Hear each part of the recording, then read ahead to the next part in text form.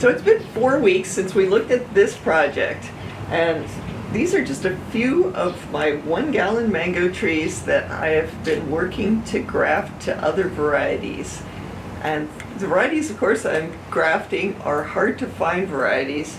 We have plenty of varieties in 3-gallon trees that are more commonly available, and unfortunately there are at least 40 varieties that I grow here that it is really hard to find those particular plants grafted. So this is the project, and I have been working with different sizes and ages of rootstock and different varieties of scions and a couple different styles of grafting. So there are definitely some things that are interesting to point out to this point in time.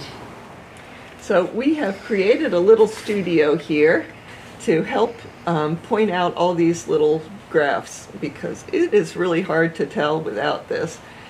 This is Graham, and it's looking rather dark here. It's not feeling dead, so I am just going to keep it, let it have a little bit more chance. It's really, really hard to tell if this base is green or not because of the buddy tape and the elastic. So not much is lost by just letting it stay on here, and hopefully it will, eventually push out some growth. We'll check back. Here's a plant that we mentioned on the previous video, and this scion is very dead here. And you would think it is a failed graft. But what's interesting is that even then, before the leaves, the base here of the scion was still green. And it's from right here down is alive, and this is all dead. So in those 4 weeks, we have these gorgeous new leaves. But what I do with leaves on small scions is I generally just make them smaller. It seems like a lot to ask of this little plant to support these big leaves, and plus if we get a lot of wind, it's not a good thing for new grafts. So I'll just make that a little bit less wind resistance there. But this is doing great. We have this bud here that was just above the flap that I cut on the base plant, and it has turned into the future Kaylee there. So here's another plant that we looked at in a previous video. This scion looked terrible then, and it still looks not too great now. It really is hard for me to imagine any green in the scion at all. Could be the lighting or my sunglasses or both, but still, there was a little bud on the top of the scion, and it magically appeared or started to grow, and we now have a good start for a Zill Indo-Chinese plant. So here's a situation where I did a nice side veneer graft. Not nice enough though. It failed very crackly, and so I just went down lower on the seedling plant and put a different scion on, and this one is Malda, and it has started to grow here. It has another bud that's emerging right now. So original one was Tess Pollock, that one failed, and Malda. I try and write on the rootstock itself so that I don't lose tags and I can keep track of the varieties. So that's a nice Malda there. Here's a situation that was looking very promising. That was the third time was the charm. We had a failed graft here, came down to this point, that one failed, and I put this last graft on and it started growing. And in fact, you can probably see little brown, unfortunately brown, it used to be green, growth coming out of that. And that graft, I mean, usually a good sign, but this particular scion failed also. And I was pretty diligent in keeping, this plant well hydrated. So I think what happened was that, the scion has a certain amount of food in it itself, and I think that would have, that bud would have swelled up and grown a little bit, even if that scion had not been attached to a tree, and so, or a rootstock. It's not a tree yet. But anyway, I think that there was never any nutrients going up to this scion. It just looked good for a little while, but didn't have a long-lasting relationship with this particular rootstock. And here's another gram. This is a more recent one, but you can see this is nice and green, so I'm hopeful. Well, here's dwarf Hawaiian, and in sharp contrast, this does not look green at all. And but it doesn't feel dead. And dwarf Hawaiian is one of those varieties that can look absolutely dismal, like no promise at all, and it can still be alive. And so even though that looks bad, it could be good. So it's definitely staying in the possible category here. There's so many little things to point out, it's hard to know where to stop. Here's a top cleft graft that I did, and it's still looking green, so hopefully that's good news. Where there's green, there's hope.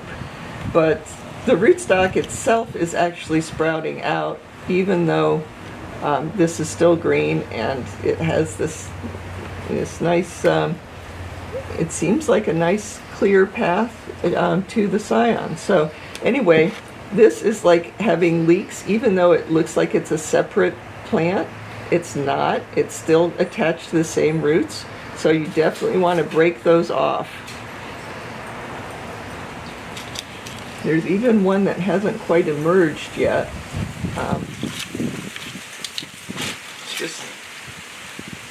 But I'll take that out too. Preemptive. It just had the little leaf forming. So anyway,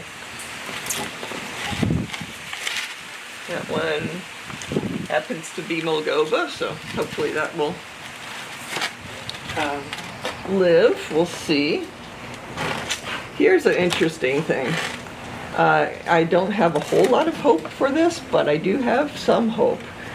Here's a scion that is really dead right here, crackly dead, and yet we have some green here at the base where it's attached to the rootstock. And I don't see any buds in this area.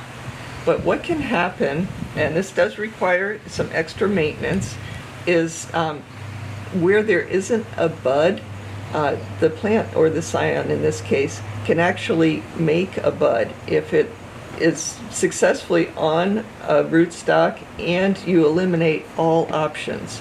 So basically, you have to check on this often, and wherever there's any sort of bud forming, you just knock it off. Like, for instance, right here we have a little bud forming. We don't want the energy of this plant going there. We want it to only go to this area, so off it comes. A lot of times you can feel them forming, and so if you just feel the rootstock and just knock off all those buds. So here's an interesting situation.